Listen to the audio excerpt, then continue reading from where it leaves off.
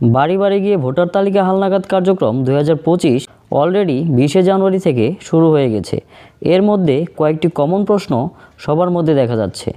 প্রথমত, আপনার শিক্ষাগত সনদ অর্থাৎ সার্টিফিকেটের সাথে জন্ম নিবন্ধনের মিল নেই, অর্থাৎ নাম, পিতার নাম অথবা মাতার নাম অথবা জন্ম তারিখে ভুল রয়েছে।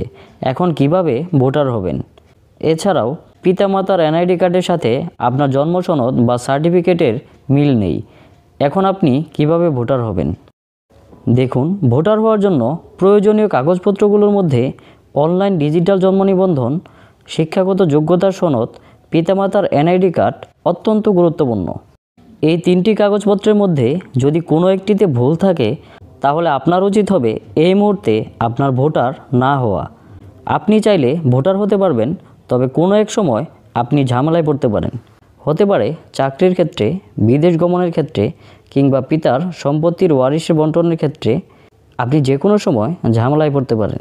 এমনকি তখন আপনার এনআইডি কার্ডটি সংশোধন করাও লাগতে পারে।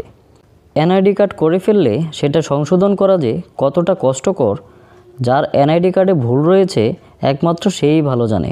তাই আপনার উচিত হবে বাড়ি বাড়ি গিয়ে তথ্য সংগ্রহ কার্যক্রম চলাকালীন সময়ের মধ্যে, অর্থাৎ 3 ফেব্রুয়ারির আগে যে কাগজপত্রগুলোতে ভুল রয়েছে সেগুলো যদি সংশোধন করতে পারেন তাহলে সংশোধন করে তারপর ভোটার হবেন। আর যদি এখন সংশোধন করতে না পারেন তাহলে এখন ভোটার না হয়ে কাগজপত্রগুলো সংশোধন করার পর অনলাইনে আবেদন করে আবেদন ফর্মের সাথে প্রয়োজনীয় কাগজপত্র অ্যাটাচ করে আপনার উপজেলা নির্বাচন কমিশন অফিসে জমা দিয়ে ছবি তুলে ভোটার হতে পারবেন। আরেকটি বিষয় হচ্ছে, আপনার যদি অনলাইন ডিজিটাল জন্ম নিবন্ধন না থাকে আপনি কিন্তু ভোটার হতে পারবেন না। কিন্তু অপরদিকে যদি আপনার সার্টিফিকেট না থাকে তবুও আপনি ভোটার হতে পারবেন। অর্থাৎ যারা পড়ালেখা করেনি বা কোনো সার্টিফিকেট নেই তাদের সার্টিফিকেট ছাড়াই শুধু ডিজিটাল জন্ম নিবন্ধনের তথ্য দিয়েই ভোটার হতে পারবেন। আর যদি আপনি শিক্ষিত হয়ে থাকেন, অর্থাৎ আপনার সার্টিফিকেট থেকে থাকে, তাহলে আপনার ডিজিটাল জন্ম নিবন্ধনটি সার্টিফিকেট অনুযায়ী সংশোধন করে তারপর ভোটার হবেন। এছাড়াও যাদের জন্ম নিবন্ধন, সার্টিফিকেট এবং পিতামাতার এনআইডি কার্ড তিনটির মধ্যে 3 রকম তথ্য রয়েছে, অর্থাৎ এক এক জায়গায় এক এক রকম ইনফরমেশন রয়েছে, তারা এখন ভোটার না হয়ে কাগজপত্রগুলো সংশোধন করে তারপর ভোটার হবেন।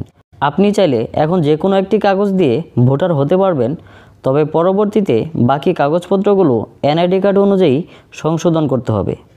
আশা করি কাগজপত্রের অমিল নিয়ে যে প্রশ্নগুলো ছিল তা আপনারা বুঝতে পেরেছেন। এরপরেও যদি কোনো প্রশ্ন থাকে কমেন্ট সেকশনে লিখলে আমি উত্তর দেওয়ার চেষ্টা করব। আশা করি আজকের ভিডিওটি অনেক বেশি উপকারে আসবে। এমন হেল্পফুল ভিডিও পেতে চ্যানেলটি সাবস্ক্রাইব করে পাশেই থাকুন। ধন্যবাদ।